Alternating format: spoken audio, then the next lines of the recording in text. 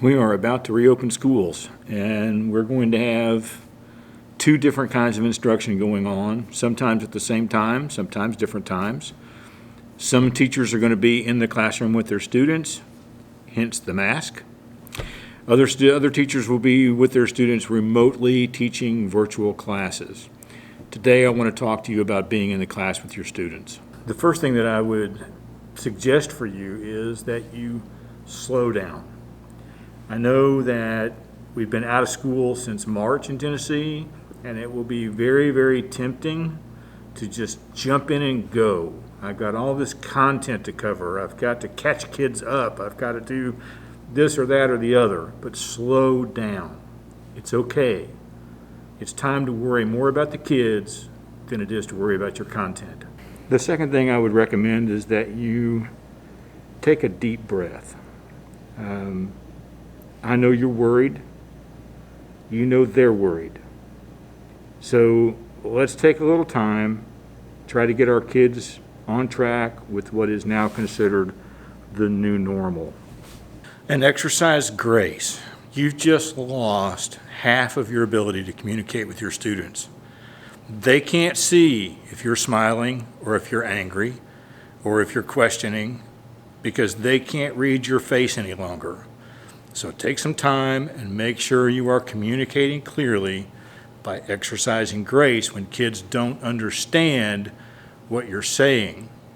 I have to tell you, I've been out to eat a few times and I've had to ask the waitress to repeat herself 2 or 3 or even 4 times trying to tell me what something special was on the menu because I could not understand through this.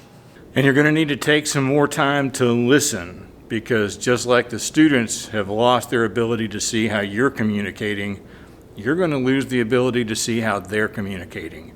And if you've got students with heavy accents or who talk really fast or who typically don't open their mouth when they speak and they're not enunciating their words very clearly, you're going to have a hard time. So listen, take some time, listen. And while you're teaching, teach a little empathy. Just like teachers, you're going to have students who are just fine being back in the building, and you're going to have students who are not fine being back in the building. You're going to have students who have gone through a lot personally at their home or politically or any other kind of Lee you want to put in there. And they're going to be different from student to student, and all of your students need to be able to empathize with one another, regardless of whatever their viewpoint is on a particular topic.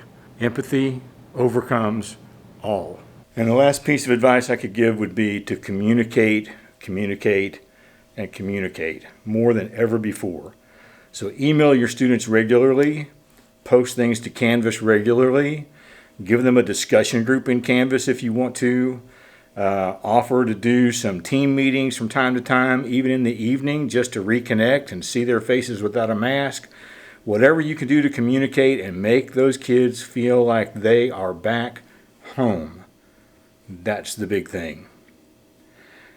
I will see y'all next week.